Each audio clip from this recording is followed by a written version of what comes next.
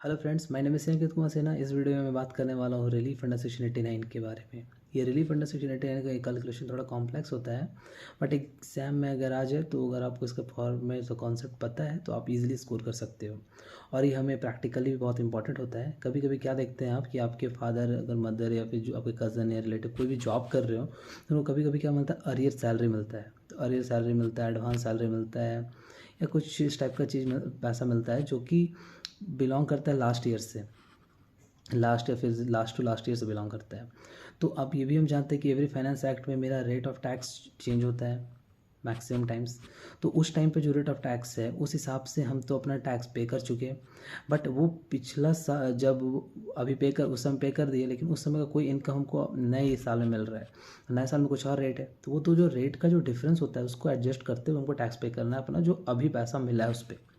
ठीक है, तो उसका कैलकुलेशन करते हैं हम लोग। तो रिलीफ अंडर सेक्शन 89 जो इनकम टैक्स 1961 में दिया हुआ है, वहाँ पे 3 सर्कमस्टांसेस में हम रिलीफ निकाल सकते हैं। पहला ऑन अकाउंट ऑफ अरियर और एडवांस सैलरी, दूसरा on account of family pension, और third no relief at a time of voluntary retirement और टर्मिनेशन ऑफ सर्विस। ठीक है, यहाँ तक क्लियर है। मॉड्यूल में क्वेश्चन दिया हुआ है इलस्ट्रेशन नंबर 25, जो कि हम यहाँ पे अभी बोलकर समझाएंगे। फिर अपने जब अदर वीडियोज़ में जब हम उसका प्रैक्टिकल समझाएंगे तो वहाँ पे दिखाएंगे कैसे कैलकुलेशन हुआ है। ठीक है, तो इस केस में क्या है, in case of mister Hari who turned 71 years as on 28/3/2024. You are informed that salary computed as per the previous year 2023-24 उसका 10,20,000 था। Arrear of salary received 3,45,000। Further you are informed the following details pertaining to the earlier year to which arrear of salary received is attributable to।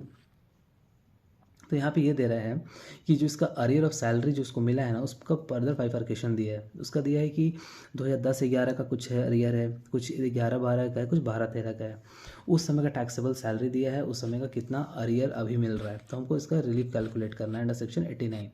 Assume necessary exercise opting the shifting out of the default tax regime provided under section 115 PSC। जो relief under section 89 है वो मेरा new regime में नहीं मिल रहा है, मेरा default मतलब न्यू रिजाइम और डिफॉल्ट टैक्स रिजाइम में नहीं अवेलेबल है। It is available in my old regime.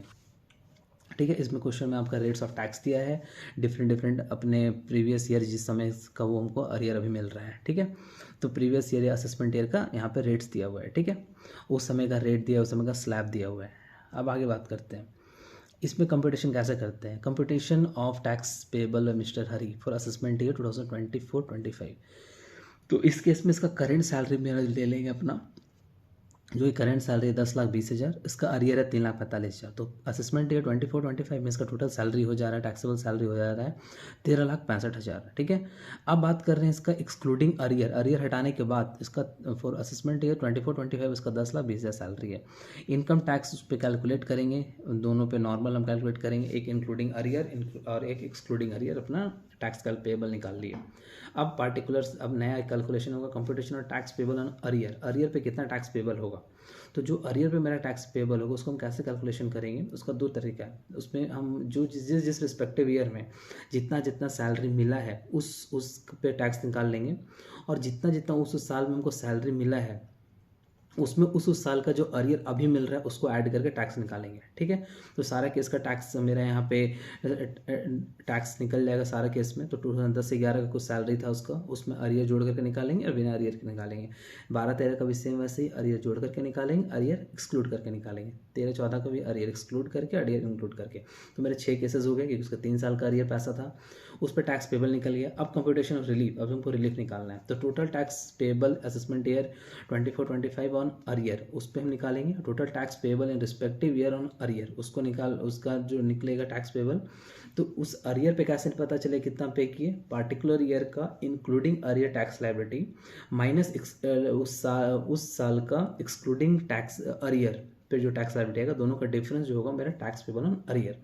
तो tax payable on arrear in assessment year 2024-25 मेरा निकलेगा, जो असेसमेंट 24-25 का जो टैक्स लायबिलिटी हम निकाले थे उसमें टोटल हम अरियर जोड़ेंगे, उस पर जो मेरा टैक्स आएगा वो माइनस करेंगे हम tax liability on the income belonging to 2024-25 assessment year only. फिर उससे जो डिफरेंस आएगा वो मेरा एक ए बन गया। अब दूसरा बी निकालना है, tax payable in respective arrears respective year on arrears, उसका निकालेंगे total income in tax on total income including arrear, वो तीनों साल का इनकम को जोड़ देंगे, उसमें से tax on total income including arrear को माइनस कर देंगे, तो ये जो मेरा रिजल्ट है वो बी हो गया। अब ए जो ऊपर आया उसमें से बी माइनस करेंगे तो वो मेरे को मिलेगा रिलीफ अंडर सेक्शन 89, जो कि क्या होगा, difference of tax on arrear in assessment year 2024-25 and tax on arrear in the respective years.